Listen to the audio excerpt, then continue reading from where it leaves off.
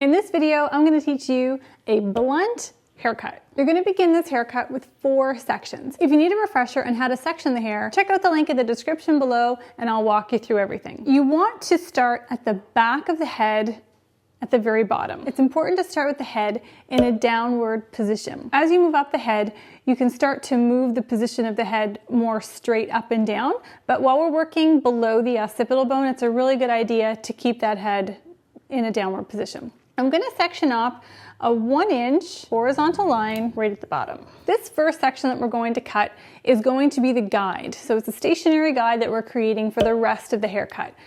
What we want to do is we want to take this first section of hair, determine how much that you want to take off of it, and we're going to have a horizontal finger position. It's really, really, really important to make sure that you have control of your fingers. Make sure that you're positioned directly centered behind and you're not going to move for the duration of this haircut. We're staying right here. If you tend to take a step from side to side, you're going to end up losing corners, you're going to end up going shorter, longer, things that you don't want to have happen. So make sure that your standing position for this is directly behind your client. This is a very basic blunt cut. I will be showing you in the future some other variations of this, but for today, we're staying right behind the head. The next thing that we need to be aware of is our finger angle, or the cutting line that we're creating with our fingers. So we can create all sorts of lines and directions that our haircut can go. So it's so important to make sure that your fingers are straight across. Be aware of where your fingers are. Be aware of where your elbow is. Sometimes just dropping the elbow can actually drop your finger angle or your cutting position. So make sure that you really have control over that line. Don't cut beyond your second knuckle, and I'm going to show you why. You'll notice between the tip of your finger and your first knuckle that I have really, really good tension. But beyond this first knuckle, I don't have really good tension. Now, when I take my fingers off of this and I show you my fingers, you're going to see that I have like a little hole that runs right through there, right? So I'm not going to have tension there. So if I want to cut the hair and I want to use my entire length of my finger, I'm going to end up longer beyond my knuckle. So only cut from the tip of your fingers until your first knuckle. The other thing that can happen is, and we call it being greedy, is when you go past your first knuckle and cut, you can actually cut yourself in here, and that's not fun. So don't do that. When you're sectioning, use the coarse teeth of your comb, and while you're getting ready to cut that section, you're going to use the fine teeth of your comb. The fine teeth are going to give you the maximum amount of tension for that section. So we're going to pull the hair down to where we want it. Now, it's also important to know the elevation that I'm cutting this hair. This hair is being cut at 0 degrees. The hair is actually resting against the neck. If I cut it up here, I'm going to run into some problems. I'm creating elevation and I'm going to end up with layers and uneven edges. So I'm going to make my first cut, and I'm not cutting beyond that first knuckle. Right in there. Now what you're going to do is you're going to use that piece that you just cut and you're going to grab the next piece and you're just going to match it up with that line that you just cut. Done. Now I have my stationary guide that's been established at the bottom of the head or at the perimeter, okay? So there's my first line that I've just cut. I haven't moved my body position. I'm still center back, and now I have a nice straight line across the back. So now I'm going to work in 1-inch sections, working up the head. Now keep in mind, if the person that you're working on has a lot of hair, so they have very thick, dense hair, you're going to want to take smaller sections than 1 inch. The reason, you always need to be able to see your guide. If you can't see your guide, don't cut until you can see your guide. I've used my coarse teeth to section, and now I'm going to flip around and I'm going to use my fine teeth to cut. So now I'm going to find that piece of hair that I already cut. So there's my guide underneath. Hopefully you can see that. So you can see my guide right through there. I'm going to go in and I'm going to cut to that guide. So as you can see, that hair is between that little hole in my fingers. I'm going to regrip it and I'm going to cut again. Again, holding it at 0 degrees. I'm not pulling it up. There it is, between here and here. Find a guide, and I can always see my guide with every piece that I'm cutting. My next section, I'm actually going to start to tip the head up. If you're working on a person, do not grab their nose and do this. Now, if you're working on someone that has a very strong growth pattern, if they have cowlicks and things like that going on in this crown area, you're going to want to cut the crown a little bit different. You're going to want to make sure that you're actually not using any tension, which means you're not going to be pulling on the hair. You're just going to let it fall naturally and cut it.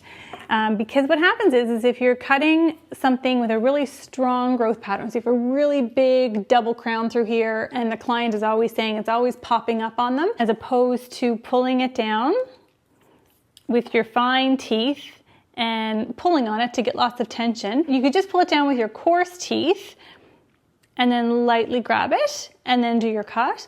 The other thing that you can do is you can get your nice tension on there, pull it down nice and tight, and then open up your fingers to release the hair and then regrip it again. And that's going to let that cowlick or whirl or whatever that's happening up here do what it needs to do, and then you're going to cut it in that position. This girl doesn't have very strong growth patterns or anything like that going on in her crown, so I'm just going to continue to use lots of tension.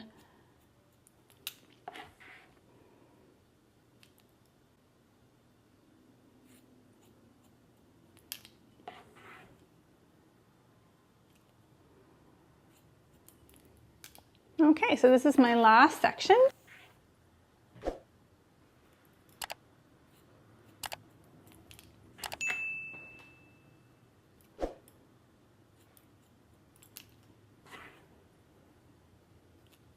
The back is done, complete. Now the trick is to get the sides to match the back. Now make sure you check your back and make sure that you are in fact straight. Make sure your finger angle didn't change at all as you were cutting. If that happened, you're gonna have to even that out, because if you did get longer on one side in the back, then you're gonna be longer on one side in the front. We're going to keep it so that it gets a little bit longer toward the front. So I'm going to take this whole section. Again, depending on if the hair is really dense, you might want to do this in 2 sections, but for the most part, you can usually just do it in 1. Again, I'm going to stay back here, but I'm going to comb all my hair back, and I'm just going to continue that straight line that I've already established in the back. I'm going to take this back, continue my straight line, and continue my straight line. For this technique, you're going to end up a little bit shorter in the back than you are in the front.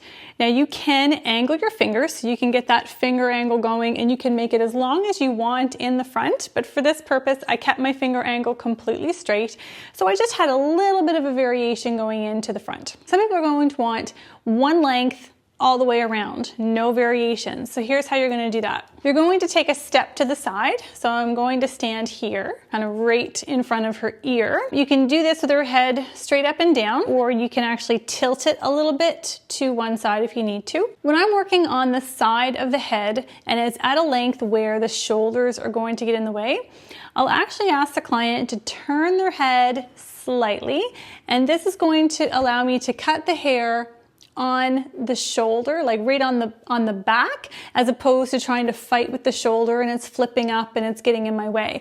If you've asked your client just to tilt their head to one side a little bit, you're going to have a nice flat surface to work on and you're not going to be fighting. Once you get them into the correct position, now I can see my guide in the back, I can see what I cut. Now I cut all of this, but this is my piece right here from the back. My finger angle is straight and I want to cut that. Now don't forget, there's an ear in here and we have to allow for that protrusion. So again, it's a good idea to release it and re-grab it, or you can even take your comb and just give a little push above the ear, and that's going to help allow that ear to protrude and it's not going to leave you with a gap. So I'm going to grab it, I'm going to give a little tap, and then I'm going to come in with my straight finger angle. If you're right-handed, you hold the hair with your left hand. Now, my left hand naturally wants to go this way. If you're finding that the left side of the head is always a little bit longer, you got to check that finger angle. Make sure that your elbow isn't falling, because as soon as your elbow falls, look what happens to your hand. So if you find that, oh, I'm always a little bit longer on one side, or oh, I just always have a side. No, you don't. You have a relaxed elbow that you just need to straighten out. So just make sure that your finger angle is correct, and if it's correct, then you should be bang on every time. So there it is, your one length, blunt haircut, pretty basic. It can be difficult though if you can't get control of your fingers. So you really do need to control those fingers. Clients will love to see that you are a lifelong learner. This industry is constantly changing and there's always something new to be learned. So if you have any downtime at all, get a mannequin out, get it on the floor and practice, practice, practice. Thanks so much for watching and have a great hair day.